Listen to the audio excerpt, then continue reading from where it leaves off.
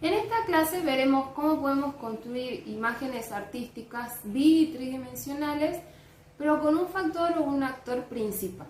Para que puedan descubrir cuál es, les voy a mostrar el siguiente video que hice.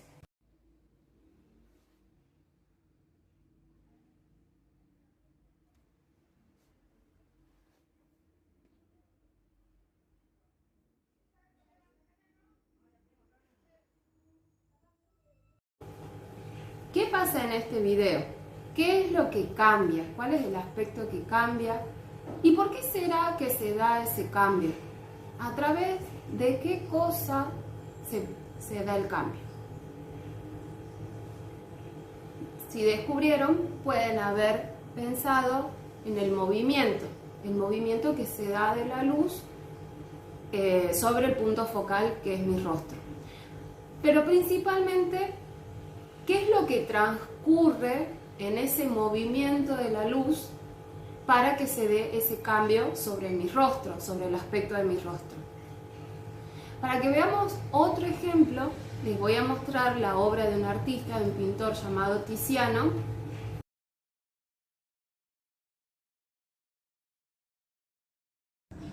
Aquí pasa algo parecido, pero ya no hay movimiento notorio. Las imágenes son estáticas, o sea que están quietas, pero hay un cambio que sí es notorio.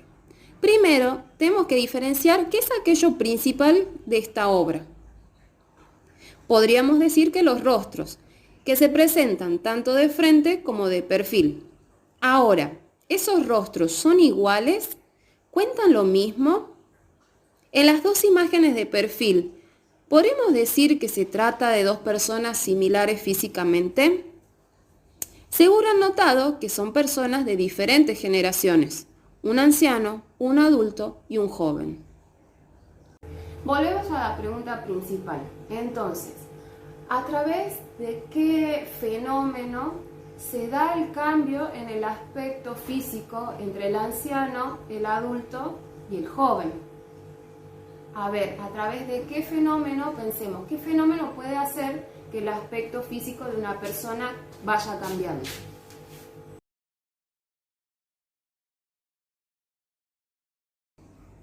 En la parte inferior hay tres cabezas de animales que simbolizan tres ideas ligadas a la prudencia, o sea que se convierten en alegorías, imágenes o ideas que representan un significado simbólico. Por ejemplo, debajo del anciano hay un lobo que representa la memoria, el pasado. Debajo del adulto hay un león que representa la inteligencia en el presente. Y debajo del joven hay un perro que representa la previsión o la prudencia del futuro. A esta narración de la imagen la intensifica o le da más énfasis al paso del tiempo el tratamiento que hace del color y de la luz, siendo mayor la altura lumínica y de detalle sobre el rostro del joven, y va bajando su intensidad en el rostro de frente, para casi desaparecer, creando un contraste fuerte de claros y oscuros en el rostro del anciano, que casi se funde con el fondo. Así, Tiziano va construyendo la metáfora del paso del tiempo en esta imagen poética. ¿Cómo vamos a trabajar nosotros entonces el paso del tiempo? Van a pensar en la casa, en la familia de ustedes, ¿qué familiares hay que representen tres generaciones distintas? Pueden ser los abuelos, mamá, papá, otra generación, o tías o tíos, algún hermano si tienen, hermano mayor, o ustedes mismos.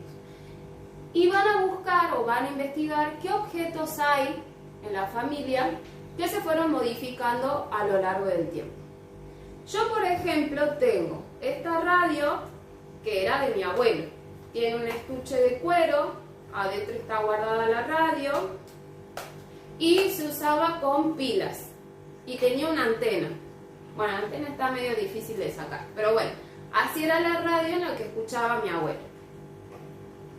Y después, mi mamá, mi papá usaron este tipo de radio con el cable, no sé si lo ven ahí, el cable también tiene antena, pero ya es diferente, ¿sí? Y ahora, ¿dónde escuchamos música o escuchamos la radio, lo podemos hacer desde un celular. Con diferentes aplicaciones o páginas podemos escuchar música. Otro objeto que podría ser, para comparar, pueden ser las telas, las servilletas. Yo tengo acá unas servilletas de la época de mi abuela,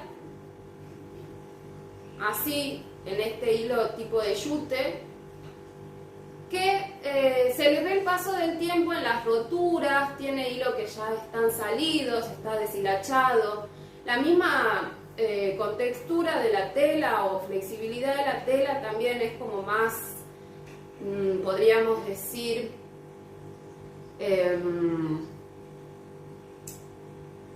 tiene menos estructura, es como que con el paso del tiempo ha ido perdiendo su estructura, ¿sí? Y tiene manchas propias del tiempo, igual que esta servilleta, pero que ya cambia la tela, que era de mi mamá, ¿sí? Se ve que tiene varias manchas ahí, pero es diferente, cambia la tela. En esta también, igualmente se ven ahí unas roturas y algunas manchitas. Entonces, esta era de mi abuela, esta es una servilleta que usaba mi abuela, y esta es una que usaba mi mamá, junto con esta también. ¿Y yo qué uso ahora? Yo uso el rollo de papel de cocina, servilleta de cocina, que es un material desechable, ¿sí? Ahí ya tenemos otro ejemplo. Bueno, en la siguiente clase lo que vamos a hacer es traer los objetos que encontraron en casa, los juntamos y vamos a ver cómo el objeto que traje se puede relacionar con el de otro compañero, ya sea por similitud o por ser contrarios.